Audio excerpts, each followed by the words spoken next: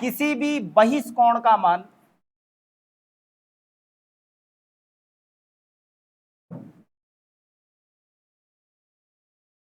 सदैव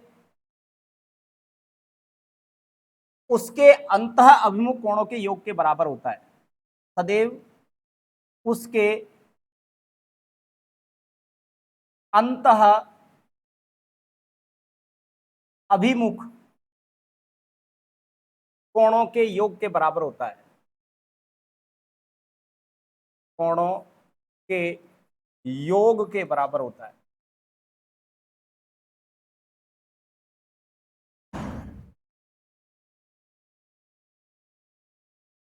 ठीक है,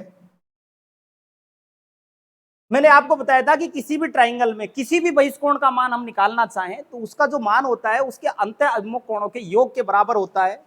मैंने आपको हर बार बता रहा हूं कि जैसे ही मैं कोई लाइन लिखता हूं आपके दिमाग में आ जाना चाहिए। कैसे समझने का प्रयास करेंगे, लिख करके आप फ्री हो जाएं जब तक मैं एक आकृति बना रहा हूं ट्राइंगल की। ये मैंने एक ट्राइंगल बना लिया।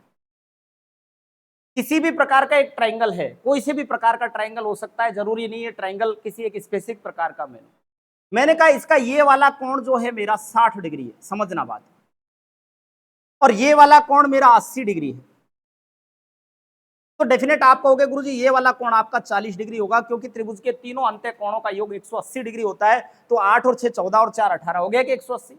अब यहां पर हम यदि बहिष्कोण की बात करें, किसकी बात करें बेटा, बहिष्कोण की बात करें, तो एक तो बहिष्कोण ये निकल गया, इसका बहिष्कोण ये निकल गया, और इसका बहिष्कोण ये निकल गया। अब जब मैं बहिष्कोण की बात कर रहा हूं तो निश्चित रूप से आपको ये बात समझ में आ जानी चाहिए। मैंने क्या बताया है आपको, एक बात तो ये पता है जो मैंने बता रखी है, किसी भी सरल रेखा पर बनने वाले कोणों का योग 180 डिग्री होता है। बेटा ये 80 है तो डेफिनेटली ये 100 है। कोण तो आप निकाल दोगे, लेकिन इसमें सवाल जब आते हैं तो विद्यार्थी बहुत ज्यादा कंफ्यूज हो जाता है। वो कैसे होता है मैं बात करूंगा अभी। मैं आपको ये सरल रेखा की बात यहां नहीं बता रहा, मैं बता रहा हूं कि किसी भी बहिष्कोण का मान उसके अंतः अभिमुख कोण, दो उसके सामने वाले कोण, मतलब उसके नजदीकी कोण को छोड़ करके बचे हुए दोनों कोणों के योग के बराबर होता है। तो यहां इसको छोड़ दे तो इन दोनों का योग कितना हो रहा है, यहां पर मैं बात करूं तो इसको छोड़ दे इन दोनों का योग कितना हो रहा है, 8 4 120। और यहां पर मैं बात करूं तो 40 को छोड़ दे कितना हो गया 140। और मैंने बता रखा है कि त्रिभुज के तीनों बहिष्कोणों का योग 360 होता है, 100 200 300 40 और 20 60। ठीक है, अब ये सवाल जब एग्जाम में आता है बेटा तो कैसे आता है, देखिए समझने का प्रयास करिए। आप चाहो तो इसी के नीचे एक और मैं बता देता हूं। अभी हमने कोण से देखा था, इसका एक्सटीरियर ये, इसका एक्सटीरियर ये, इसका एक्सटीरियर ये। मैंने कहा ये वाला कोण मेरा थीटा है, ये वाला कोण मेरा एट द रेट है, और ये वाला कोण मेरा बराबर है। तो आप क्या कहोगे कि यहां पर जो एंगल आएगा, यहां पर जो एंगल आएगा उस एंगल का मान theta plus at the rate होगा। बात सही है ना, यहां पर जो एंगल आएगा उसका मान बराबर प्लस एट द रेट होगा, और यहां पर जो एंगल आएगा उसका मान थीटा प्लस बराबर होगा। ये बात आपके समझ में आ गई। परीक्षा का बहुत सहिता एक प्रश्न मैं आपको दे रहा हूं, थोड़ा सा समझना और उसको सोचना कि ये कैसे हो सकता है। इसी से इसने एक आकृति हमें दी, ये स्टार वाली आकृति, और ये स्टार वाली आकृति का सवाल सबसे ज्यादा पूछा जाने वाला सवाल है। और इसने कहा कि भैया जी मान लीजिए ये वाला कोण नंबर 1 है, ये वाला कोण नंबर 2 है, ये वाला 3 है, ये वाला 4 है, और ये वाला 5 है। तो इसने हमसे सवाल क्या पूछा, angle 1 plus angle 2 plus angle 3 plus angle 4 plus angle 5 बराबर क्या होगा, ये हमें आप बताने का प्रयास। ये 3 प्रकार से सवाल पूछा जाता है। ठीक है, और मैं इसके अलावा भी एक थोड़ी सी सिचुएशन बताऊंगा आपको। एक सवाल वैसा पूछा जाता है या ऐसा, अधिकांश पूछा जाने वाला सवाल।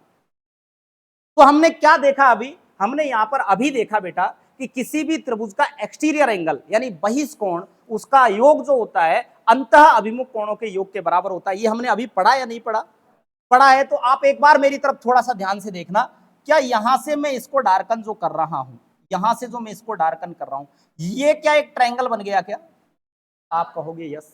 और यदि ये एक ट्रायंगल बन गया तो यहां पर मैं इसकी बात करूं तो ये इसका एक्सटीरियर एंगल हो गया क्या, ये वाला एंगल, ये वाला एंगल एक्सटीरियर होगा। और ये वाला एंगल यदि एक्सटीरियर एंगल है तो क्या इसका मान एंगल 1 प्लस एंगल 4 के बराबर होगा क्या, आप कहोगे यस। तो मतलब यहां का मान हो गया एंगल 1 प्लस एंगल 4 हो गया। अब यदि मैं बात करूं दूसरे की, तो दूसरे की बात करते समय मैं एक ट्राइंगल और यहां पर देख रहा हूं, जो ट्राइंगल इस प्रकार है, तो मैं येलो से डिसाइड कर रहा हूं यहां पर, ये वाला ट्राइंगल है या नहीं है, बोलो ट्राइंगल। और इस ट्राइंगल का यदि मैं एक्सटीरियर एंगल देखूं तो क्या ये एंगल इसका एक्सटीरियर है क्या, है या नहीं है। और इस एक्सटीरियर एंगल का मान क्या होगा, बोलो गुरुजी एंगल 2 और एंगल 5 के बराबर होगा। इसका मान किसके बराबर होगा, एंगल 2 प्लस एंगल 5 के बराबर, यही होगा ना। और हमसे किसका मान पूछ रहा है, एंगल 1 2 3 4 5। ये एंगल 1 2 3 4 5 का मान एक ट्राइंगल के अंदर आ गया क्या, भाई यहां पर 1 और 4 आ गया, यहां पर 2 5 आ गया, 3 यहां पर बैठा है, तो क्या ये सभी एंगल का मान इस ट्राइंगल के बराबर होगा या नहीं होगा, आप कहेंगे होगा। और किसी भी ट्राइंगल के इंटीरियर एंगल का सम कितना होता है, तो आप कहोगे 180 डिग्री होता है, इसका सही आंसर आएगा 180। बात आपको समझ में आई या नहीं आई, बोलो। जिस विद्यार्थी को बात कम समझ में आती हो, जिसका दिमाग कम चलता हो, वो एक बार घर पे जाकर के निश्चित रूप से वीडियो देखे। बात समझ में आ गई। इसी को एक थोड़े से और अलग वे से मैं लेता हूं। मान लीजिए मैं इस प्रकार का एक ट्राइंगल बनाता हूं और इसमें इस प्रकार का एक ट्राइंगल और बना देता हूं। अब यहां पर यदि इस प्रकार की मैं आकृति बना रहा हूं,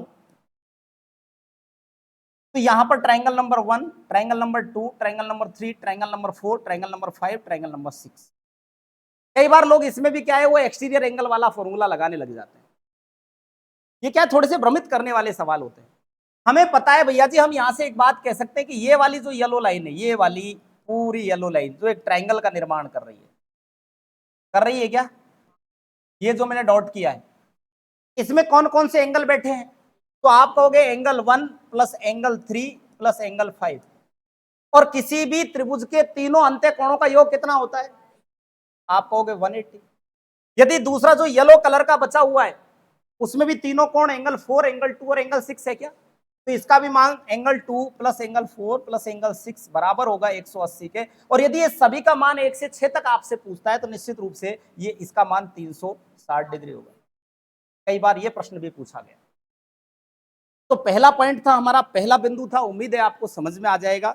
समझ में नहीं आए तो बेटा रटना है, तोते की तरह रटना है। क्या रटना है कि किसी भी त्रिभुज के बहिष्कोण का मान उसके अंतः अभिमुख कोणों के योग के बराबर होता है। बात नंबर 1 हमारी खत्म हो चुकी है। बात नंबर 2 की ओर मैं आपसे आगे बढ़ाता हूं। बेटा त्रिभुज के मैंने 3 प्रकार आपको बताए थे भुजाओं के आधार पर, और 3 प्रकार मैंने आपको बताए थे कोणों के आधार पर। कोणों के आधार पर 3 प्रकार के त्रिभुज होते हैं हमारे, न्यून कोण, समकोण और अधिक कोण। और भुजाओं के आधार पर विषमबाहु, समद्विबाहु और समबाहु, ये मैंने आपको बता दिए थे लास्ट वाली क्लास में। अब थोड़ा सा आप समझना। एक भैया का एक सवाल था, मैंने एक बात की थी आपसे, मैंने कहा यदि कोई त्रिभुज बनेगा तो उसकी 2 भुजा का योग, त्रिभुज की 2 भुजाओं का योग तीसरी भुजा से बड़ा होता है। मैंने बोला था ना, तीसरी भुजा से बड़ा होता है। एक भैया ने कहा क्यों, और शायद हमारी क्लास एंडिंग की ओर थी, मैं समझा नहीं पाया इस बात। मैंने कहा आगे थोड़ा सा आप रुकिए, रुकने तक क्लास खत्म हो गई और हम समझ नहीं पाए थे। मैंने कहा 2 भुजाओं का योग तीसरी से बड़ा होता है, और मैंने यह भी कहा था कि 2 भुजाओं का अंतर सदैव तीसरी से छोटा होता है, तीसरी से छोटा होता है। ये 2 बात मैंने आपसे की। और यदि ऐसा होगा तो ही ट्राइंगल बनेगा, ये बात भी मैंने की थी, और नहीं होगा तो ट्राइंगल। अब एक बात मुझे आप बता दीजिए सीधी सीधी सी, बहुत छोटी बात से शुरुआत करता हूं। मैंने कहा मेरे पास में एक रेखा है और इस रेखा पर एक कोई बिंदु है, और इस पूरी रेखा की लंबाई जो मेरी है ना, इसकी, इस वाले की ए बी रेखा की लंबाई, इस ए बी रेखा की लंबाई मान लीजिए मेरी 9 सेंटीमीटर है। कितनी है, 9 सेंटीमीटर। तो आप कहोगे गुरुजी यहां से यहां तक का बिंदु और यहां से यहां तक के बिंदु का योग जो है 9 सेंटीमीटर के बराबर होगा, होगा या नहीं होगा। हो सकता है ऐसा हो जाए कि ये 8 हो, ये 1 हो सकता है ये 7 हो, ये 2 हो सकता है ये 5 हो, ये 4 हो सकता है ये 6 हो, ये 3 हो, कैसे भी होगा, लेकिन इनका योग इसके बराबर होगा या नहीं होगा। जो लाइन की पूरी माप है उसके बीच में एक बिंदु है, तो बिंदु के इधर का मान और इधर का मान जोड़ करके इस पूरी लाइन के बराबर होगा या नहीं होगा, होगा ना। अब इस बिंदु को मैं जरा ऊपर खिसका दूं, थोड़ा सा भी ऊपर खिसका दूं, मान लीजिए मैं इसको यहां ले लूं, तो एक नई आकृति बनेगी। वो कैसे बनेगी वो देखिए आप। जैसे ही मैंने इस बिंदु को ऊपर खिसकाया तो यहां से एक आकृति बनेगी,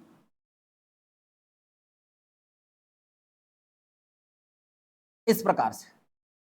बनेगी या नहीं बनेगी? लाइन तो हमारी यही है। अब ये जो यहां से यहां तक अपन आ रहे हैं और यहां से यहां तक अपन आ रहे हैं, इसका मान जो है ना बेटा, यहां से घूम करके कर्व करके जब लाइन आई है तो डेफिनेटली इस 9 से तो इसका मान बढ़ा होगा। और इसीलिए मैं आपको कह रहा था कि यदि कोई ट्रायंगल बनाएंगे तो इसको थोड़ा सा ऊपर तो खिसकाना पड़ेगा, और थोड़ा सा ऊपर खिसकाते इसका मान बढ़ेगा। जब मान बढ़ेगा तो मैंने इसीलिए आपको बताया था कि दो भुजाओं का योग तीसरी भुजा से सदैव क्या होता है, बड़ा होता है। बात को समझने का प्रयास। इसी बात को मैं आपको न्यून कोण, समकोण और अधिक कोण त्रिभुज में समझाता हूं। जैसे समझिए बात को, मैं क्या बोलता हूं आपको, मैं आपको बोलता हूं बेटा, जैसे हम अभी कोणों के आधार पर वर्गीकरण ले रहे हैं। किसके आधार पर? कोणों के आधार पर। इसमें एक सवाल ज्यादातर पूछा जाता है, इसलिए मैं इसको री एक्सप्लेन करने का प्रयास कर रहा हूं। देखिए, आपने कहा कोणों के आधार पर एक होता है न्यून कोण, एक होता है समकोण, एक होता है अधिक कोण। लगभग लगभग आप जानते ही हैं, ऐसा ट्रायंगल जिसके तीनों एंगल्स 90 डिग्री से छोटे हो। मतलब जैसे मान लीजिए यहां 50 है, यहां 40 है, सॉरी 40 की जगह अपन और कुछ ले लें, 48 ले लेते हैं। ये 50 है और ये 48 है, 98 हो गया, तो ये 82 बच गया आपका, ये वाला है। तीनों एंगल जो है वो 90 डिग्री से छोटे होने चाहिए, तो हम कहते हैं कि वो न्यून कोण त्रिभुज है। समकोण त्रिभुज की बात करें तो एक एंगल एग्जैक्ट 90 डिग्री का होना चाहिए। एक एंगल 90 का, दो कोई भी हो, और दो जो बचेंगे उनका योग कितना होगा बेटा? 90 होगा, ये बात हम जानते हैं। और जब हम अधिक कोण त्रिभुज देखते हैं तो उसमें एक कोण 90 डिग्री से बड़ा होता है। जैसे हम यहां पर बात करें, ये वाला एक ट्रायंगल, मान लीजिए ये वाला एंगल मैंने ले लिया 110, तो ये एक अधिक कोण त्रिभुज हो गया। कोण देकर के यदि आपसे पूछे तो आप निश्चित रूप से उसको बता देंगे कि कौन अधिक कोण त्रिभुज है, या न्यून कोण त्रिभुज है, या समकोण त्रिभुज है। लेकिन सवाल ऐसे नहीं पूछता है। सवाल आपसे कैसे पूछता है? सवाल आपसे ऐसे पूछता है कि भैया ये एक ट्रायंगल मैंने आपको दे दिया, ठीक है, और इस ट्रायंगल में कह दिया कि भैया इसकी एक भुजा 4 है, एक भुजा 5 है और एक भुजा 7 है। अब बताओ ये कौन सा ट्रायंगल है? अधिकांश विद्यार्थी जाते हैं कि गुरुजी ये विषम बाहु ट्रायंगल है, लेकिन विषम बाहु ऑप्शन में नहीं मिलता है। ऑप्शन में मिलता है न्यून कोण, समकोण, अधिक कोण या समद्विबाहु। समद्विबाहु होता तो दो भुजाएं समान होती। अब हमने देखा विषम बाहु यदि ऑप्शन में होता तो हम लगा देते, इसका मतलब ट्रायंगल तो इनमें से ही कोई एक है। तो इसका पता हम कैसे करें? तो इसका पता करने के लिए एक लाइन मैं आपको बता रहा हूं, उसको थोड़ा सा याद रखना। यदि किसी भी त्रिभुज की दो छोटी भुजाओं का वर्ग बड़ी भुजा के वर्ग से छोटा है तो वो कोण न्यून कोण त्रिभुज है। दो भुजाओं के वर्ग का योग तीसरी भुजा के बराबर है तो वो कोण समकोण त्रिभुज है। और दो भुजाओं का वर्ग का योग यदि तीसरी भुजा के वर्ग से बड़ा है, डेफिनेटली वो अधिक कोण त्रिभुज है। तो यदि अपन यहां पर देखें तो 4 का स्क्वायर 16 प्लस 5 का स्क्वायर 25, और यहां पर 7 का स्क्वायर 49। 25 और 16 को जोड़ेंगे 41। 49 से छोटा है कि बड़ा है? छोटा है, इट मींस ये हमारा अधिक कोण त्रिभुज है। मैंने बोला था उसको आपने ध्यान से शायद नहीं सुना। मैं यदि आपसे यहां पर बात करूं, दोबारा समझ लीजिए, इधर ये 4 है, ये 5 है और ये 6 है। 4 का स्क्वायर प्लस 5 का स्क्वायर, और तुलना करनी है 6 के स्क्वायर। तो 6 का स्क्वायर कितना? 36। 5 का स्क्वायर कितना? 25। 4 का स्क्वायर कितना? इसका कितना हो गया? 41। बड़ा है किससे? 36 से। ऐसी स्थिति में न्यून कोण त्रिभुज होगा। कहने का मतलब यदि कोई त्रिभुज न्यून कोण त्रिभुज है तो उसकी दो छोटी भुजाओं का वर्ग सदैव तीसरी जो बड़ी, सबसे बड़ी भुजा है उसके वर्ग से छोटा होना चाहिए। हम यहां पर जैसे देख रहे हैं, इससे सॉरी इससे बड़ा होना चाहिए। क्या होना चाहिए? बड़ा होना चाहिए, तब जाकर के वो त्रिभुज कौन सा होगा? न्यून कोण। और छोटा होगा तो कौन सा होगा? अधिक कोण। और बराबर होगा तो कौन सा होगा? अब यहां पर मैं एक बात कह सकता हूं कि यदि तीन भुजाएं ट्रायंगल की ए बी सी, ये तीनों रिजल्ट मैं यहां पर लिख रहा हूं, तो ए का स्क्वायर प्लस बी का स्क्वायर स्मॉल है सी के स्क्वायर से, इसको कहेंगे एक्यूट एंगल, मतलब न्यून कोण त्रिभुज। यहां पर इंग्लिश में लिख दूं या हिंदी में लिखूं? न्यून कोण, एक्यूट एंगल, ठीक है। यदि मैं बात करूं का ए का स्क्वायर प्लस बी का स्क्वायर बराबर है सी के स्क्वायर के, इट मीन्स ये है समकोण त्रिभुज। और बात करूं तीसरे नंबर पर कि भाई ए का स्क्वायर प्लस बी का स्क्वायर स्मॉल है सी के स्क्वायर से, तो ये है हमारा कौन सा अधिक कोण त्रिभुज। ये तीनों रिजल्ट आप नोट कर लीजिए एक बार, क्योंकि कई बार सवाल छोटे लेवल पर इसमें से पूछ लिया जाता है। जब अपन कोण के आधार पर वर्गीकरण कर रहे हैं और वो हमें भुजा के आधार पर पूछ ले तो बड़ा गड़बड़ हो जाता है। तो ऐसी स्थिति में हम इस प्रकार से इनका पता करते हैं।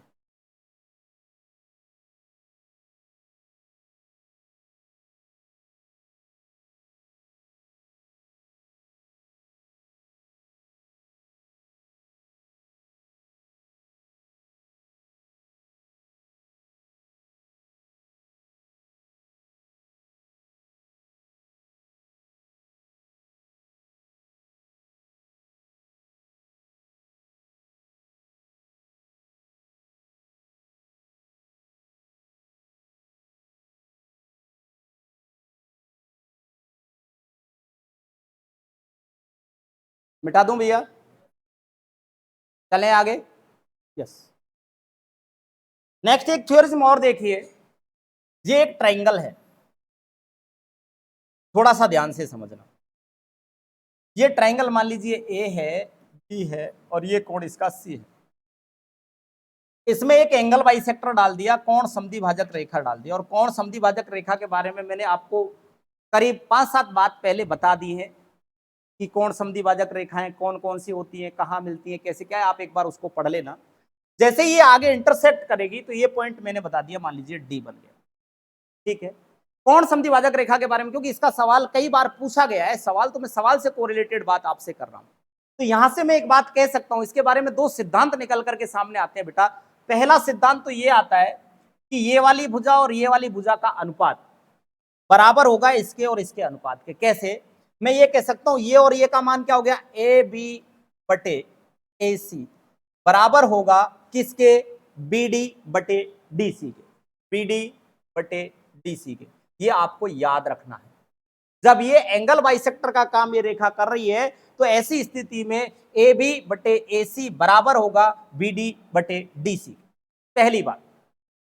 दूसरी बात, यदि इसमें मान लीजिए आपसे कई बार जो सवाल पूछता है कि ए बी सी एक त्रिभुज है जिसमें ए डी कोण ए का एंगल बाइसेक्टर है, तो ए डी का माप क्या है, ये आपको माप दे देगा इसका इसका इसका, और आपसे एडी की माप पूछेगा, मतलब हाइट पूछेगा। तो एडी की माप निकालने के लिए एडी स्क्वायर बराबर होगा ए बी गुणा ए सी माइनस बी डी गुणा डी सी के। एक दूसरा रिजल्ट आपको यह भी याद रखना, जब कभी भी आपको इसका मान निकालना हो तो इसका स्क्वायर किसके बराबर होता है, ये गुणा ये माइनस ये गुणा ये। बात समझ में आई? किसके बराबर होता है, ये गुणा ये माइनस ये गुणा ये। अब थोड़ा सा अपने दिमाग को खोलना। ये तो मैंने आपको कहा था ये भाई एंगल ए का बाइसेक्टर है। यदि ये एंगल बी का बाइसेक्टर होता तो, सवाल को समझना मैं क्या कहना चाह रहा हूं। यदि ये मान लीजिए इस प्रकार स्थिति होती कि ये हमारा ए है, ये हमारा बी है और ये हमारा सी है, और अब की बार मैं एंगल ए का बाइसेक्टर नहीं लेकर के एंगल बी का बाइसेक्टर लेता हूं। ठीक है, और ये बी का बाइसेक्टर जो हमारा है मान लीजिए ई पॉइंट पे मिल रहा है। किसमें मिल रहा है, ई पॉइंट पे। तो मैं क्या कहूंगा, मैं ये कहूंगा भैया बी सी बटे बी ए बराबर सी एफ बटे ए एफ होगा। एक बात तो मैं ये कहूंगा। और यदि मान लीजिए मुझे इसकी लेंथ निकालनी है तो मैं कहूंगा बी एफ का स्क्वायर बराबर होगा बी सी गुणा A B minus C F गुणा ए एफ। बात समझ में आ रही होगी, नहीं आ रही है एक बार और थोड़ा सा इसको देखिए। अब की बार मैं इस पे भी नहीं डालता हूं, अब की बार मैं एंगल सी का बाइसेक्टर ले रहा हूं।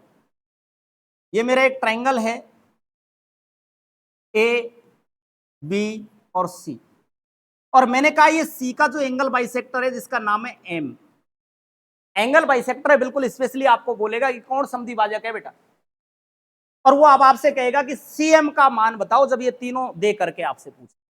तो ऐसी स्थिति में आपको याद रखना क्या है, बची हुई जो भुजाएं हैं ये तो दो भाग में बढ़ती है, तो हम क्या कहते हैं, सी बी बटे ए सी बराबर होगा ए एम बटे एम बी के। एक तो ये बात आ गई। यदि इसका मान हमें निकालना है तो हम क्या करते हैं, हम करते हैं बी सी गुणा ए सी माइनस ए एम गुणा बी एम। बात अविशेष रूप से आपको समझ में आ चुकी होगी। यदि बात समझ में आ गई है तो अब की बार आप एक सवाल नोट करिए और फिर मुझे जवाब दीजिए फटाफट।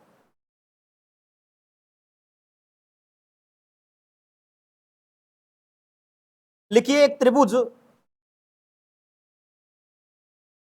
एबीसी में, एक त्रिभुज है एबीसी तो यहां पर बना हुआ है ऐसा, एबीसी में ए बी बराबर है 12 सेंटीमीटर के, ए सी बराबर है 9 सेंटीमीटर के और बी सी बराबर है 14 सेंटीमीटर के, तथा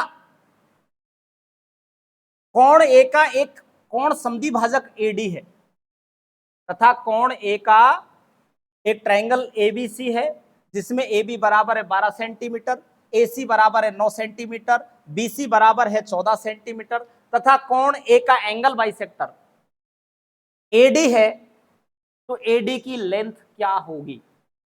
एक सवाल तो ये बनता है कि भैया जी एडी की लेंथ आप बता दीजिए क्या होगी। एक सवाल ये बनता है भैया जी बता दीजिए बीडी की लेंथ क्या होगी। एक सवाल बनता है बता दीजिए भैया डीसी की लेंथ क्या होगी। थोड़ा सा अपने आप को मेमोराइज करो थोड़ा सा। मैंने पहले आपको एंगल बाइसेक्टर पढ़ाया था उसके बारे में।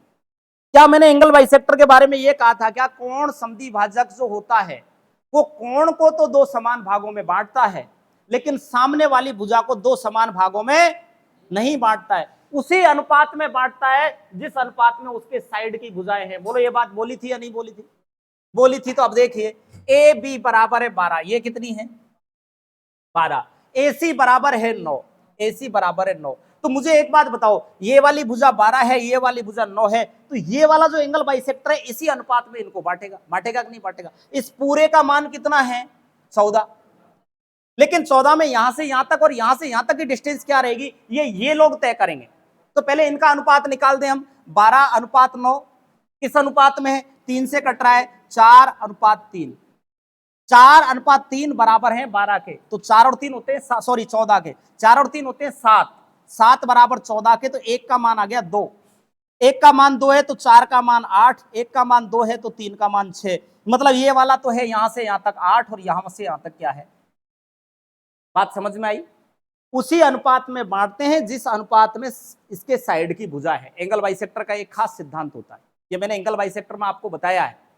तो अब आपको ये चीज पता लग गई, आपसे एडी की माप पूछ रहा है तो एडी के लिए मैंने क्या बताया है आपको, एडी स्क्वायर बराबर ए बी गुणा ए सी, ए बी कितना है 12 गुणा ए सी कितना है 9 माइनस बी डी कितना है 8 गुणा डी सी कितना है 6, 8 छिक्के 48, 12 नम्बे 108, 108 में से 108 में से 48 चला गया,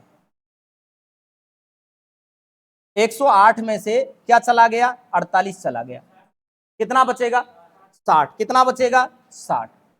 अब जब 60 बचेगा तो ये होगा किसके, एडी स्क्वायर के बराबर। इधर से स्क्वायर हटेगा, इधर क्या आ जाएगा रूट आएगा, इधर रूट आएगा तो इसको मैं या तो √60 सीधे ही लिख दूं या फिर ऐसे लिख सकता हूं क्या 4 गुणा 15, 15 चौके 60 ही होते हैं ना, 4 का पूरा पूरा मान आ गया 2 √15, ये आपका आंसर आएगा। एडी की जो लेंथ होगी वो होगी 2 √15। मैंने आपको पहले ही बोल दिया था क्या, क्यों और कैसे। एग्जाम्पल के द्वारा मैं क्यों समझा रहा हूं, क्या है कैसे है, इसके लिए आपको कुछ भी याद नहीं होता है। मैंने कहा कुछ चीजें ऐसी हैं जो मैं आपको बिल्कुल सर्व करके दूंगा, तो सर्व करके आपको ये दे रहा हूं कि भैया ये याद कर लेना, इसको रट लेना तो काम चल जाएगा। या तो आप समझ जाइए क्यों, क्यों नहीं समझते हैं तो इसको रट लेना, बात समझ में आ जाएगी। कोण समद्विभाजक के बारे में एक बात मैंने एक्स्ट्रा बताई है कि कोण समद्विभाजक सामने वाली भुजा को दो बराबर भागों में नहीं बांटता है, उसी अनुपात में बांटता है जिस अनुपात में उसको साइड की भुजाएं होती। बात समझ में आ गई, चलें आगे, चलिए।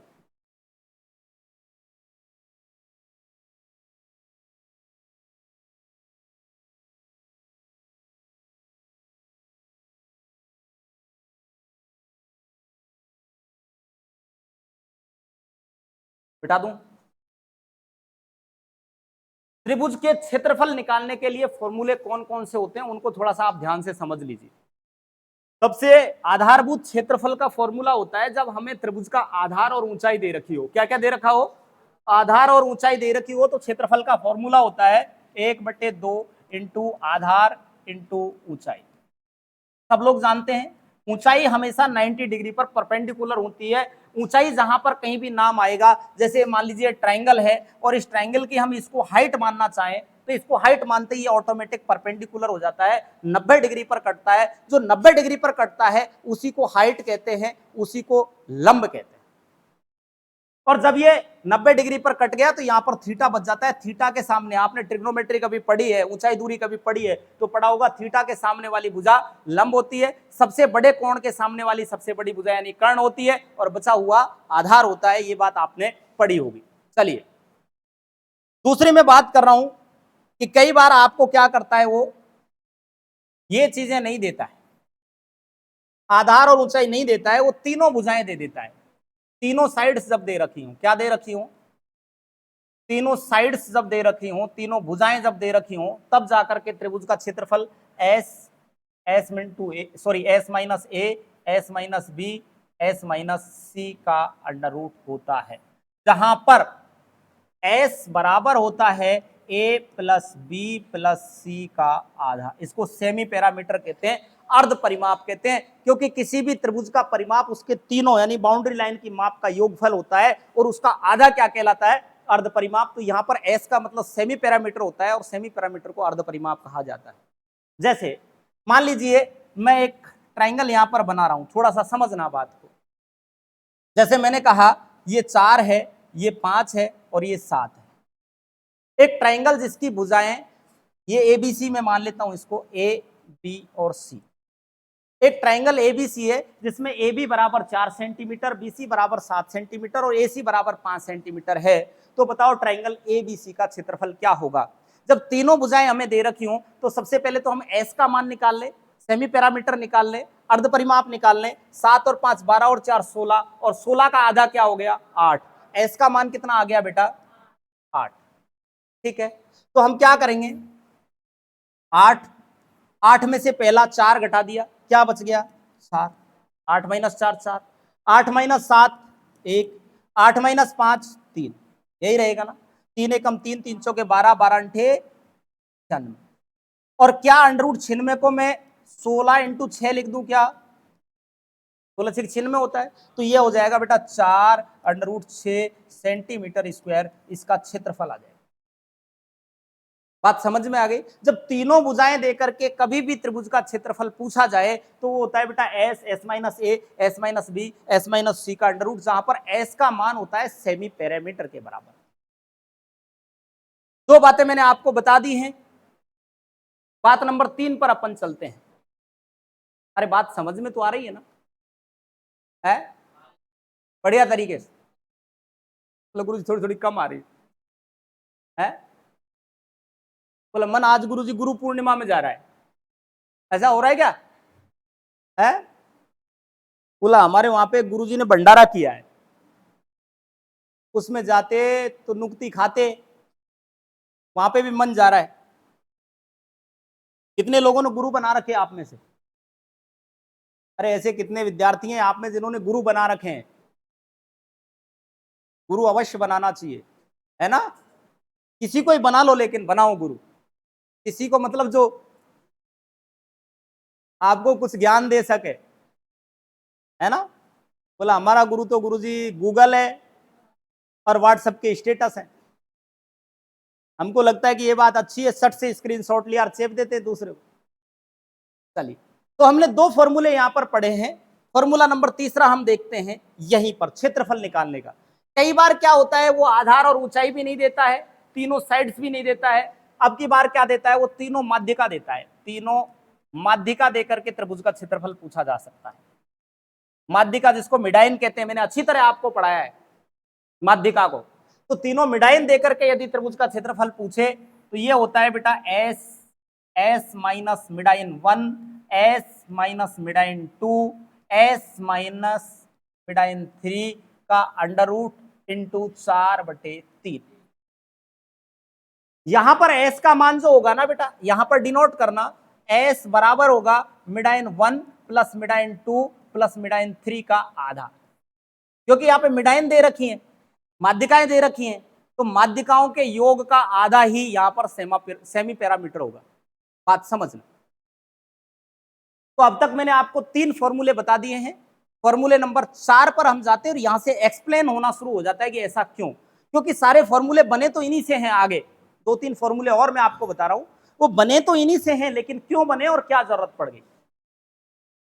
चलें आगे। चलिए, अब की बार जो नेक्स्ट फॉर्मूला नंबर 4 आ रहा है, इसको एडॉप्ट कर लिया है जो पेपर बनाने वाले हैं उन्होंने। ना तो 1/2 इंटू आधार इंटू ऊंचाई से सवाल दे रहे, ना s s-1 s-2 s-3 से सवाल दे रहे, और ना माध्यिका देकर के सवाल दे रहे। अब तो सवाल थोड़ा अलग ही पूछ लिया जाता है। वो अलग कैसे पूछा जाता है, हम बात करते हैं फॉर्मूले नंबर 4 की। फॉर्मूला नंबर 4 कहता है कि कभी भी हमें ट्राइंगल के, कोई भी ट्राइंगल है, उस ट्राइंगल के एक कोण और 2 भुजा दे दी जाए। एक तो कोण दे दिया जाए और 2 भुजा दे दी जाए, और तब हमसे त्रिभुज का क्षेत्रफल पूछा जाए। ठीक है, ऐसी स्थिति में त्रिभुज का क्षेत्रफल हम किस प्रकार से निकालते हैं? तो देखिए, जैसे मान लीजिए ये हमारा ट्राइंगल है, बड़े ध्यान से समझना। ये मान लीजिए ए है, ए के सामने वाली भुजा स्मॉल ए। ये मान लीजिए बी है, बी के सामने वाली भुजा स्मॉल बी। ये मान लीजिए सी है, सी के सामने वाली भुजा स्मॉल सी। ठीक है, ये कोई ट्राइंगल था, और ट्राइंगल का एरिया बोला गुरुजी, यदि यहां से यहां तक मैं परपेंडिकुलर डाल दूं, कोई लंब डाल दूं, तो परपेंडिकुलर 90 डिग्री पे इंटरसेक्ट करता है। मैंने अभी थोड़ी देर पहले ही बताया था। और गुरुजी जब ये परपेंडिकुलर होगा और 90 डिग्री पर एक्सेप्ट करेगा, तो ऐसी स्थिति में ये हमारे हाइट का काम करेगी। आपने अभी थोड़ी देर पहले ही बोला था नहीं बोला था? और यदि मैं ऐसा करता हूं, तो ऐसी स्थिति में जब हमारे पास हाइट है और हमारे पास बेस है, तो ऐसी स्थिति में आप कहोगे कि त्रिभुज का क्षेत्रफल होता है 1/2 इंटू आधार हमारा a इंटू ऊंचाई हमारी h। यही होगा या नहीं होगा? होगा या नहीं होगा? अब आप थोड़ा सा समझने का प्रयास करिए। इसको हम साइन मतलब ट्रिग्नोमेट्री वैल्यू में कैसे बदलते हैं। मान लीजिए ये कोण हमें पता करना है कि ये कोण कितने डिग्री का है, तो ऐसी स्थिति में हम ये कहेंगे कि इसकी हम साइन से वैल्यू ज्ञात करते हैं। और साइन एक्चुअल में होता क्या है? ट्रिग्नोमेट्री कभी आपने पढ़ी है? पढ़ी नहीं तो इतना तो सुना होगा, sine theta, cos theta, tan theta, cot theta, sec theta, cosec theta. और 6 को छोड़ दें तो आपने साइन और कॉस तो जरूर नाम सुना होगा। और जब आप छोटे थे तो गुरुजी ने एक सूत्र भी बताया होगा, L/K, लाल बटे कक्का। बताया था क्या? इस L/K का मतलब होता है लंब बटे कर्ण। ये साइन की वैल्यू दर्शाता है बेटा। किसकी वैल्यू दर्शाता है? साइन की वैल्यू दर्शाता है। अब आप थोड़ा सा ध्यान रखना, मुझे एंगल निकालना था ये, और ये एंगल निकालना है, इसका मान मैं मान लेता हूं थीटा 1 मिनट के लिए। और मैंने आपको बताया था कि थीटा के सामने वाली भुजा लंब होती है, 90 डिग्री के सामने वाली भुजा क्या होती है?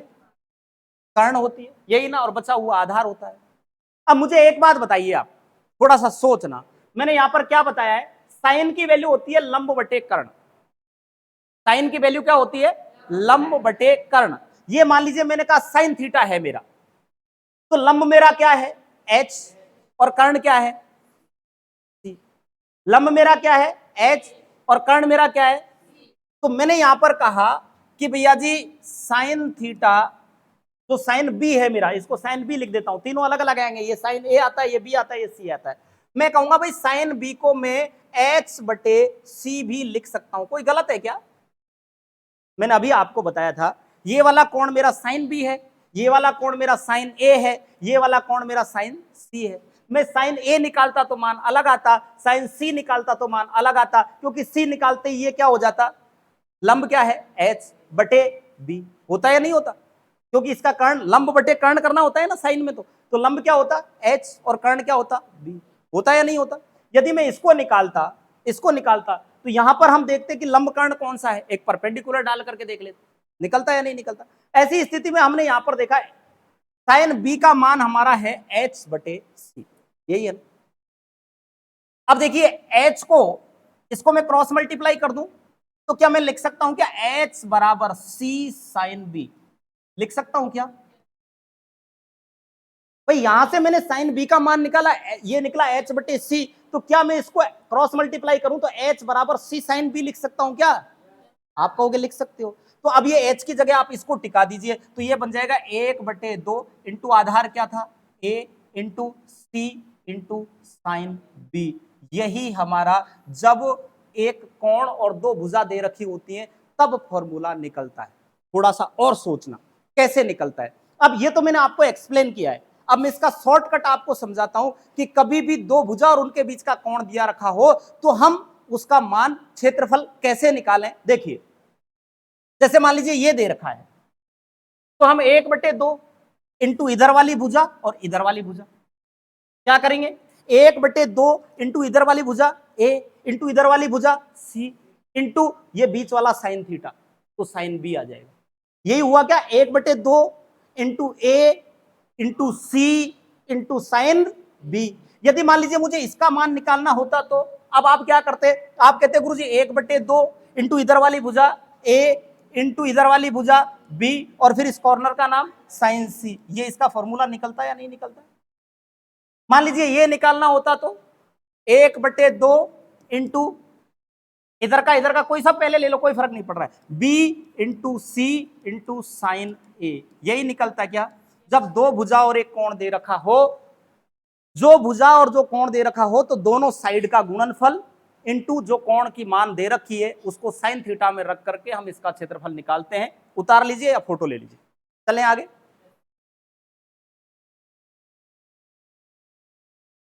उतारें तो थोड़ा सा फास्ट उतारिए, नहीं तो फोटो लीजिए।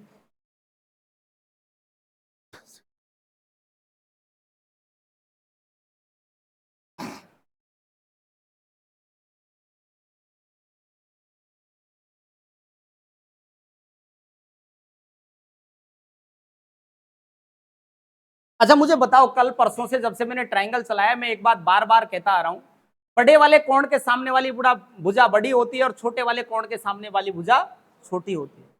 मान लीजिए कोई कोण 40 डिग्री का है, 50 डिग्री का है, 60 डिग्री का है, कोई भी है, तो आप कहेंगे सबसे छोटी 40 डिग्री का, मतलब सबसे छोटे कोण के सामने वाली भुजा सबसे छोटी होती है, सबसे बड़े वाले के सामने सबसे बड़ी होती है। या फिर इसका उल्टा भी बोल सकता हूं कि सबसे बड़ी भुजा के सामने वाला कोण सबसे बड़ा होता है।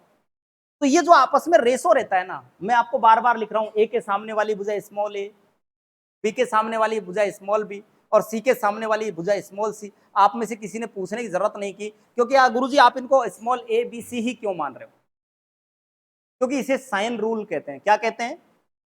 Sine rule. साइन रूल ये कहता है कि किसी भी त्रिभुज में कोण के सामने वाली भुजाओं का अनुपात हमेशा फिक्स रहता है, नियत रहता है। इस कोण के सामने वाली भुजा का अनुपात इसके बराबर, इस कोण के सामने वाली भुजा का अनुपात इसके बराबर, इस कोण के सामने वाली भुजा का अनुपात इसके बराबर होता है। इसीलिए साइन रूल क्या कहता है, नेक्स्ट बात करता हूं मैं साइन रूल की। ये साइन रूल होता है और साइन रूल में कुछ भी नहीं है। मान लीजिए पहली हमारे सामने ए भुजा है, तो ए बटे साइन ए बराबर बी बटे साइन बी बराबर सी बटे साइन सी। यही साइन रूल है और साइन रूल कुछ होता ही नहीं। अब इसमें यह जरूर है कि इनका मान फिक्स है, बी का मान निकालना है तो इन दोनों को गुणा करना पड़ेगा, ए और सी का मान निकालना है तो इन दोनों को गुणा करना पड़ेगा, बी और सी का मान निकालना है तो इन दोनों को गुणा करना पड़ेगा। बात को समझना, थोड़ी देर बाद में मैं इसको एक्सप्लेन करने वाला हूं। अभी तक मैंने आपको फॉर्मूले बता दिए क्षेत्रफल निकालने के 4। कौन कौन सा? एक, जब आधार और ऊंचाई दे रखी हो तो 1/2 इंटू आधार इंटू ऊंचाई। दूसरा, जब तीनों भुजाएं दे रखी हो तो एस, एस माइनस ए, S minus B, S minus. Next मैंने बताया बेटा कि त्रिभुज की तीनों माध्यिकाएं दे रखी हो तो 4/3 under root S, S minus M1, S minus M2, S minus M। चौथा फॉर्मूला मैंने आपको बताया है कि जब आपको एक कोण और दो भुजा दे रखी हो, क्या दे रखा हो, एक कोण और दो भुजा दे रखी हो, ऐसी स्थिति में जो कोण के सामने की भुजाएं हैं तो 1/2 इंटू उनका गुणनफल इंटू साइन जो कोण का नाम है वो कोण का नाम, यही बताया ना। और लास्ट, और क्योंकि इससे ज्यादा सवाल पूछे जाते हैं, अभी जो नेक्स्ट बताया इससे पहले एक कोण और दो भुजा वाला, अब बता रहा हूं कि दो कोण और एक भुजा दे रखी हो तो क्या होता है, समझना थोड़ा सा बात हो। मान लीजिए कोई ट्रायंगल है और इस ट्रायंगल में दो कोण दे रखे हों और एक भुजा दे रखी हो, ये ए ये बी और ये सी। ए के सामने वाली भुजा स्मॉल ए, बी के सामने वाली भुजा स्मॉल बी, और सी के सामने वाली भुजा। ठीक है, अब मुझे एक बात बताइए, अपन इसी का मान निकाल लेते हैं। ये मैंने एक परपेंडिकुलर डाल रखा है, 90 डिग्री पे कटता है, आपको पता है। अभी आप ये कहोगे कि गुरुजी अभी थोड़ी देर पहले हम मानते हैं कि अभी हमें दो कोणों का पता नहीं है, हमें एक ही कोण का पता है, इस कोण का बी का। तो हम कैसे निकालते? आप कह रहे थे गुरुजी ऐसे निकालते, 1/2 इंटू ये और ये का गुणा, कोण के दोनों तरफ का गुणा, इंटू ए इंटू सी इंटू साइन बी। यही ना, यही निकालते या नहीं निकालते? बोलो, निकालते कि नहीं निकालते? अब ये साइन बी की वैल्यू हम यहां से ए और बी, ये यहां पर ए और बी दोनों दे रखे, तो ए और बी में क्या रिलेशंस है उसकी बात हम यहां पर करते हैं। तो देखिए, मैं इनको आपस में क्रॉस मल्टीप्लाई कर दूं दोनों को, तो यहां पर क्या आएगा? यहां पर आएगा साइन बी, ए साइन बी, इस ए को पहले ले लेता हूं, ए साइन बी बराबर बी साइन ए। यही आएगा क्या? आएगा या नहीं आएगा? अब मुझे एक बात बताओ, यदि मुझे बी की वैल्यू निकालनी हो, किसकी वैल्यू निकालनी हो? बी की, तो बी बराबर ए साइन बी बटे साइन ए, क्या यही आएगा? क्या आएगा या नहीं आएगा? यही आएगा ना। अब मुझे एक बात देखिए, यहां पर मान लीजिए हमें ये वाला और ये वाला दो एंगल दे रखे थे, और इनके बीच की यही भुजा दे रखी है, ये वाला और ये वाला दो एंगल दे रखे थे, और इनके बीच की यही भुजा हमें दे रखी है, केवल ये ए। इसने कह दिया कि कोण बी बराबर 70 डिग्री, कोण सी बराबर 50 डिग्री, और बीसी का मान 15 सेमी है। तो बताओ ट्राइंगल का एरिया क्या हो? तो ऐसी स्थिति में हम क्या करेंगे, हमने पता है कि एक कोण दे देता तो हम इस फॉर्मूले पे बात करते, लेकिन अब की बार कोण कितने दिए हैं? चलिए, तो बी का मान हमने यहां से निकाल लिया, हम बी का मान देखें, इसका निकाल लेते हैं, तो उससे क्या है कि बी का मान आ जाएगा। हमने बी का निकाला है ना, या फिर हमें यहां सी का निकालना पड़ेगा? तो ये बी का मान क्या होगा? बी का मान एक तो ये इसके बराबर आ गया, या फिर इस कोण का मैं मान निकालूं तो आप कहोगे 1/2 इंटू ए इंटू बी इंटू साइन सी। यही होगा क्या भाई? इस वाले एंगल का मान तो यही होगा ना। किसी भी एक एंगल का निकाल लो, कोई फर्क नहीं पड़ रहा है, क्योंकि अभी मैंने बी का निकाल दिया, इसलिए ऊपर ले लेता हूं इसको। तो इसका 1/2 एज इट इज रहेगा, 1/2 इंटू ए इंटू बी की जगह क्या लिखूंगा भैया? ए साइन बी बटे साइन ए, यही लिखूंगा ना, ए साइन बी बटे साइन ए इंटू साइन सी। यही होगा क्या? देखिए, 1/2 की जगह 1/2 लिख दिया, ए की जगह ए लिख दिया, बी का मान जो आया था वो बी का मान मैंने बी की जगह लिख दिया। यहां आप सी यदि लेना चाहे तो सी का मान निकाल लेना, कोई फर्क नहीं है। तो मैंने ये लिख दिया। अब यहां पर देखिए, ये ए और ए स्क्वायर हो जाएंगे क्या? तो ये हो जाएगा बेटा 1/2 into a square into sine b into sine c बटे साइन ए। यही फॉर्मूला निकलेगा क्या? अब आप थोड़ा सा इसको मैं छोटा करता हूं, ध्यान से समझना बात को। क्या बताना चाह रहा हूं? मैं बताना चाह रहा हूं कि जब दो कोण और उनके बीच की भुजा दे रखी हो, ये दोनों कोण दे रखे थे और इसके बीच की भुजा दे रखी थी, तो जो भुजा दे रखी है 1/2 इंटू उस भुजा का स्क्वायर, 1/2 इंटू ये बीच की भुजा ए दे रखी थी, तो 1/2 इंटू ए स्क्वायर, ये वाला दे रखा है, into sine b into sine c, और बचे हुए का मान नीचे। क्या बोल रहा हूं, ध्यान से समझना। यदि मुझे ये दोनों एंगल दे रखे हैं और इनके बीच की भुजा दे रखी है, तो मैं क्या करूंगा? 1/2 इंटू जो भुजा दे रखी है उसका square, 1/2 into a square into ये वाला बटे ये वाला। बात समझ में आई? चलिए, कैसे समझ में आई देखिए। मैं कहूं भैया जी, ये एक ट्राइंगल आपको दे रखा है, इसमें ये वाला कोण दे रखा है, ये वाला कोण दे रखा है, और इसके बीच की भुजा मान लीजिए ये सी दे रखी है। तो अपना फॉर्मूला क्या बनेगा? तो आप कहोगे गुरुजी बनेगा 1/2 इंटू सी स्क्वायर, ये मान लीजिए ए था, ये मान लीजिए बी था, और ये मान लीजिए सी था। अब की बार आपको ए और सी दे रखे, तो आप क्या करोगे? Into sine a into sine c बटे साइन बी। यही होगा क्या? आप कहेंगे हाँ। यदि मान लीजिए ये और ये एंगल देता, अब की बार मैं यहां से इसको भी मिटा देता हूं,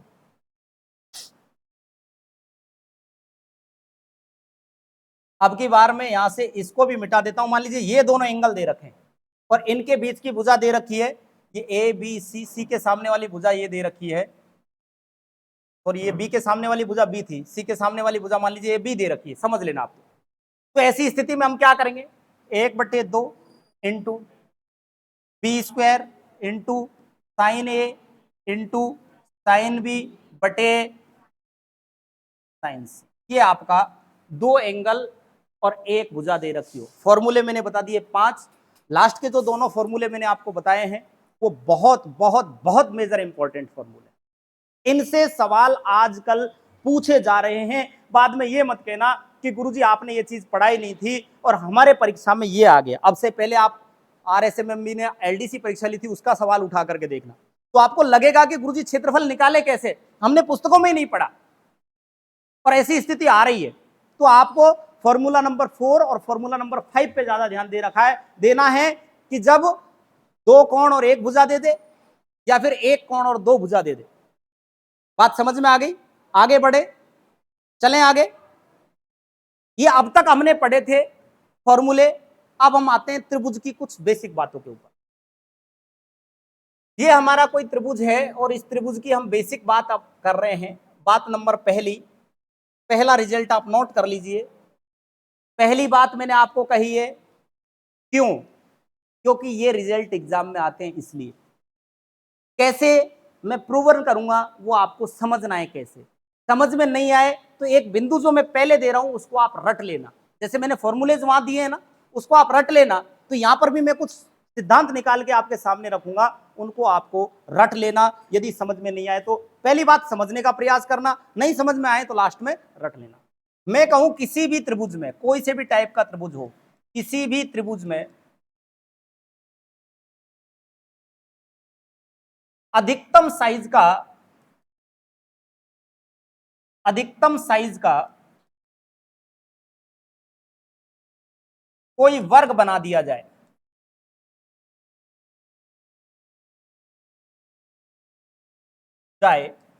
तो उसकी भुजा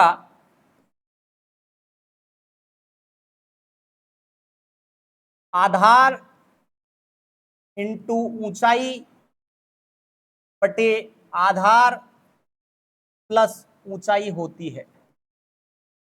ये चीज आपको रटनी है। होती क्यों है मैं एक्सप्लेन कर रहा हूं अभी, एक बार आप इसको उतार लीजिए इस लाइन को, तब।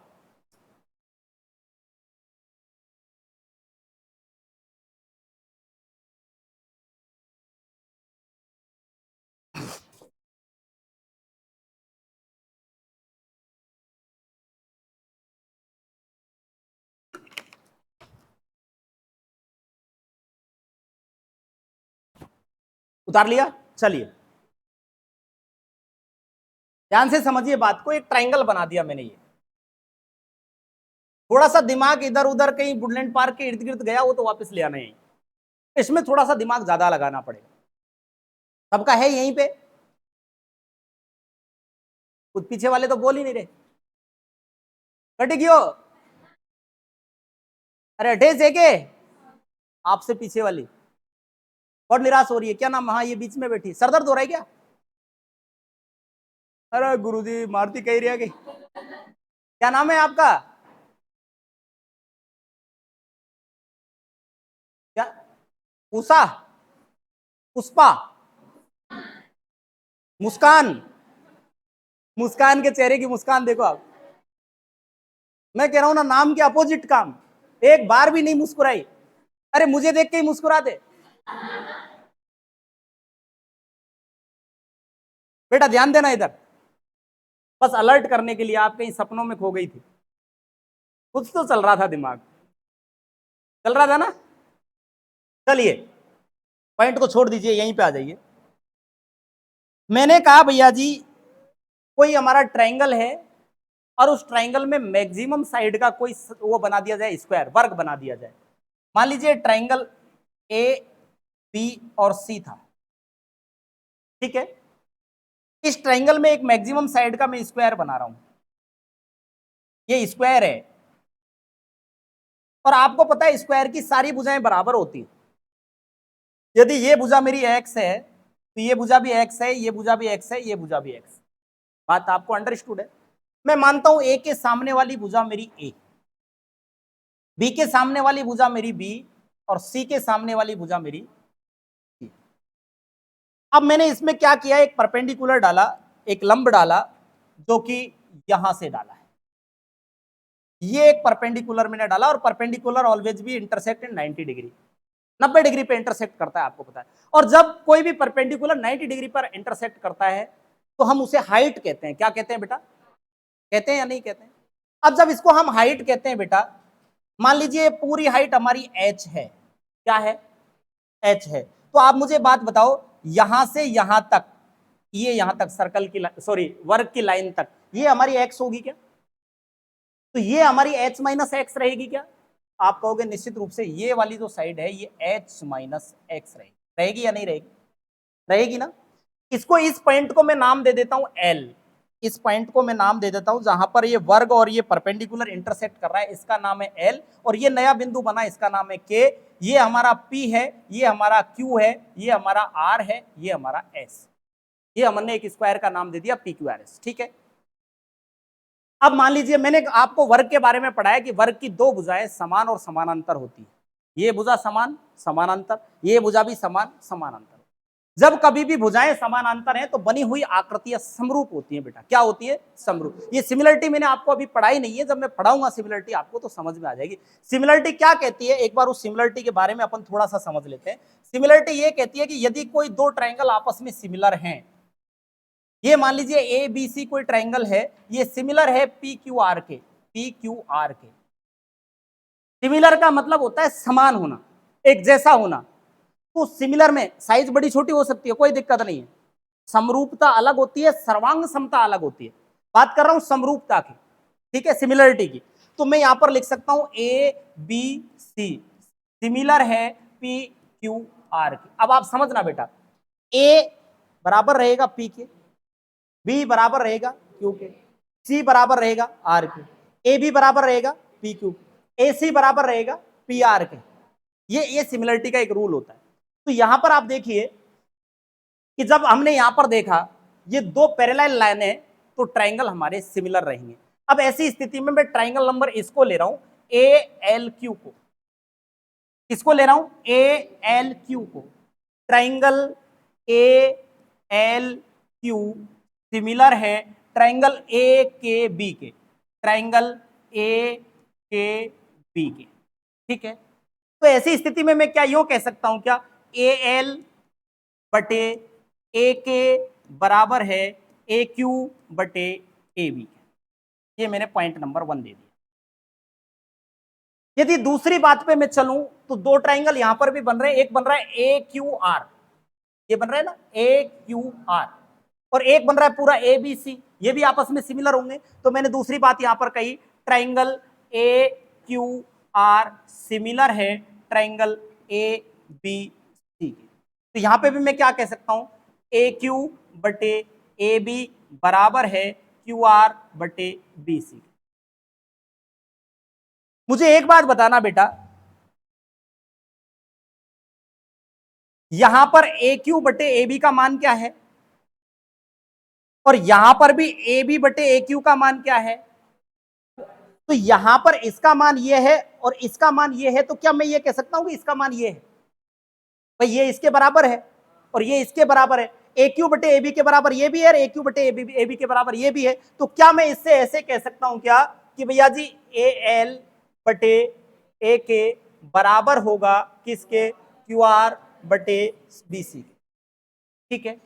मान रख देता हूं, ए एल का मान क्या है, H minus x, H minus x बटे ए के का मान क्या है, एच, बराबर होगा क्यू आर का मान क्या है, क्यू आर एक्स, वर्ग की भुजा है ना क्यू आर, तो क्या रहेगा एक्स बटे बीसी का मान क्या है ए। क्रॉस मल्टीप्लाई करूं, ए को पहले एच से गुणा करूंगा, क्या आ जाएगा A H minus A x बराबर एच एक्स, यही आएगा ना। इसको इधर ले जाएं तो ए एच बराबर एच एक्स माइनस ए एक्स, सॉरी प्लस ए एक्स, इधर जाएगा प्लस का हो जाएगा ना। तो देखिए यहां से मैं एक्स को कॉमन ले लूं तो मेरा बचेगा ए प्लस एच कहूं चाहे एच प्लस ए कहूं, बात एक ही, और इधर बराबर में रहेगा ए एच। ठीक है, तो यहां से यदि मैं एक्स का मान निकालना चाहूं तो एक्स बराबर ए एच बटे ए प्लस एच आएगा क्या? एक्स बराबर ये ऊपर आ जाएगा ए एच बटे ए प्लस, एक्स बराबर एक्स क्या थी? वर्ग की भुजा, भुजा बराबर ए एच बटे ए प्लस एच। यही चीज मैं प्रूव करना चाह रहा था कि यदि किसी भी ट्राइंगल के अंदर कोई वर्ग बना दिया जाए तो उसकी भुजा जो एक्स है वो ए का मान है आधार गुणा एच का मान है ऊंचाई, आधार गुणा ऊंचाई बटे आधार प्लस ऊंचाई होती है। यही चीज मैं आपको प्रूवन करना चाह रहा कि क्यों होती है। अब आप चाहो तो सीधे उसको रट सकते हैं कि किसी भी ट्राइंगल के अंदर कोई वर्ग बना दिया जाए तो वर्ग की भुजा क्या होती है? आधार इंटू ऊंचाई बटा आधार प्लस ऊंचाई। बात समझ में आ गई? यस है।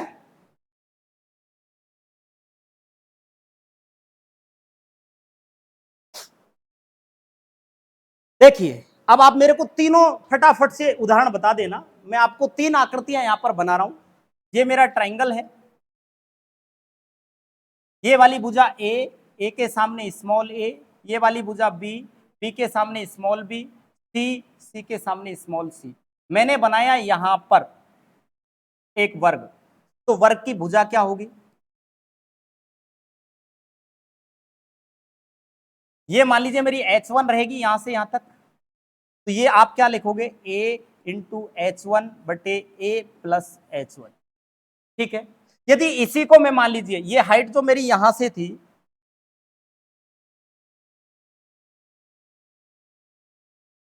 ये हाइट मान लीजिए जो मेरी यहां से थी, अब की बार मैं इसको ऐसे करता हूं,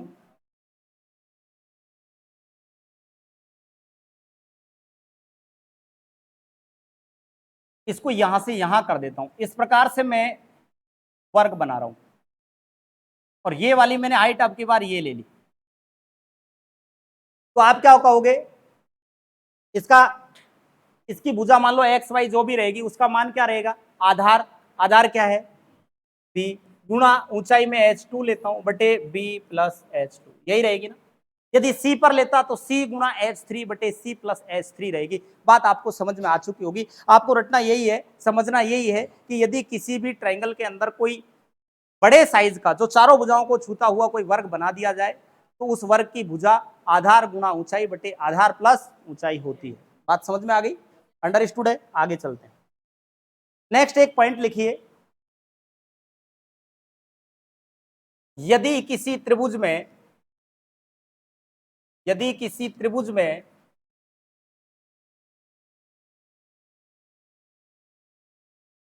कोई अंतःव्रत बना दिया जाए, अंतःव्रत बना दिया जाए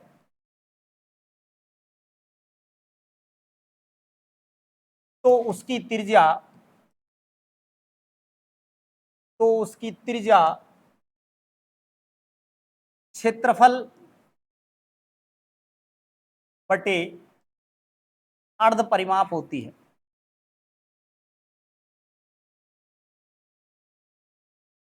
क्षेत्रफल बटे अर्ध परिमाप होती है। कैसे?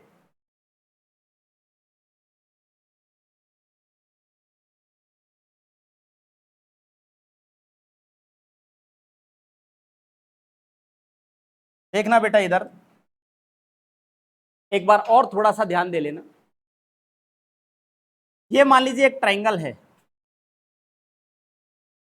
कोई से भी प्रकार का, ये सभी ट्राइंगलों के लिए बता रहा हूं, ये रूल में जो बता रहा हूं किसी एक ट्राइंगल विशेष के लिए नहीं है। आगे मैं समकोण त्रिभुज बताऊंगा तो आपको पता होना चाहिए कि समकोण त्रिभुज में कोई वर्ग बना दे तो उसको कैसे उसकी भुजा निकालते हैं, कोई अंदर समकोण त्रिभुज के व्रत बना दे तो कैसे उसकी त्रिज्या निकालते हैं, कैसे कोई परिव्रत बना दे तो उसकी त्रिज्या कैसे निकालते हैं। ये चीज आपको हर त्रिभुज में काम देगी, चाहे वो समबाहु हो, समद्विबाहु हो, विषमबाहु हो और समकोण हो, न्यून कोण हो, अधिक कोण हो, किसी प्रकार का ट्राइंगल हो। इसके अंदर मान लीजिए मैंने एक मैक्सिमम साइड का ऐसे सर्कल बना दिया जो इसकी तीनों भुजाओं को छूता हुआ है। ठीक है, बन गया।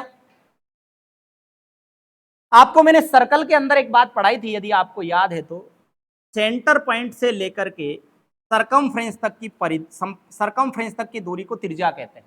क्या कहते हैं? सेंटर पॉइंट से लेकर के सरकमफ्रेंस तक की डिस्टेंस को त्रिज्या कहते हैं। सरकमफ्रेंस से लेकर के सरकमस्टेंस तक की डिस्टेंस को त्रिज्या कहते हैं। अंदर वृत्त है, इसकी त्रिज्या मैं मान लेता हूं स्मॉल आर थी। क्या थी? Small are.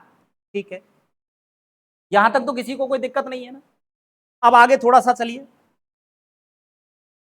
ये ए, ये बी, ये सी, ए के सामने भुजा स्मॉल ए, बी के सामने स्मॉल बी, सी के सामने स्मॉल सी।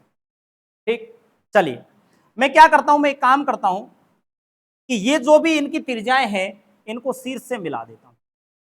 इसको इससे मिला दूं, इसको इससे मिला दूं, इसको इससे मिला दूं।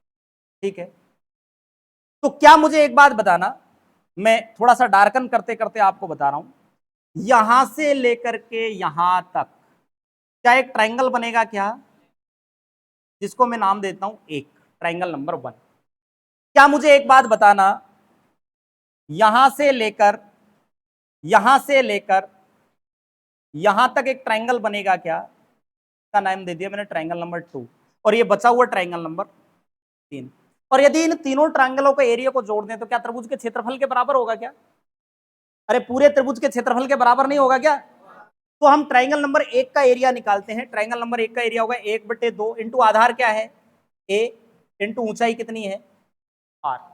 1/2 इंटू आधार a, ऊंचाई r, प्लस 1/2 इंटू आधार b इंटू ऊंचाई r, प्लस 1/2 इंटू आधार c इंटू ऊंचाई r, बराबर होगा त्रिभुज के क्षेत्रफल। ठीक है, यहां से यदि अपन बात करें तो ये हो जाएगा AR/2 plus BR/2 plus CR/2 बराबर होगा ट्रायंगल के क्षेत्रफल। R को मैं कॉमन ले लेता हूं यहां से, तो यहां बचेगा A/2 plus B/2 plus C/2 बराबर होगा ट्रायंगल के क्षेत्रफल।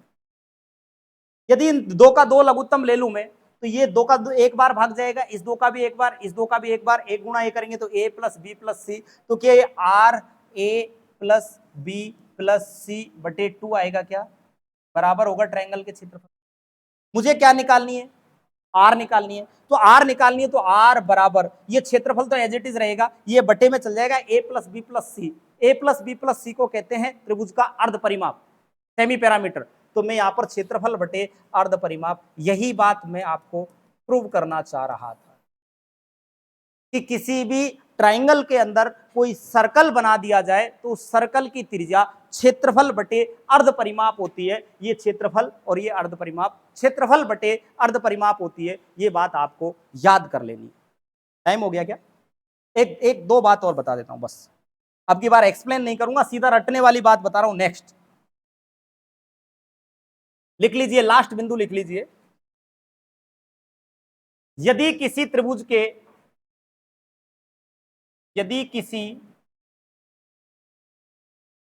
के बाहर कोई व्रत बना हुआ है, और ये व्रत बनेगा तो तीनों भुजाओं को छूता रहेगा, अंदर भी बने चाहे बाहर, कोई व्रत बना है तो उसकी त्रिज्या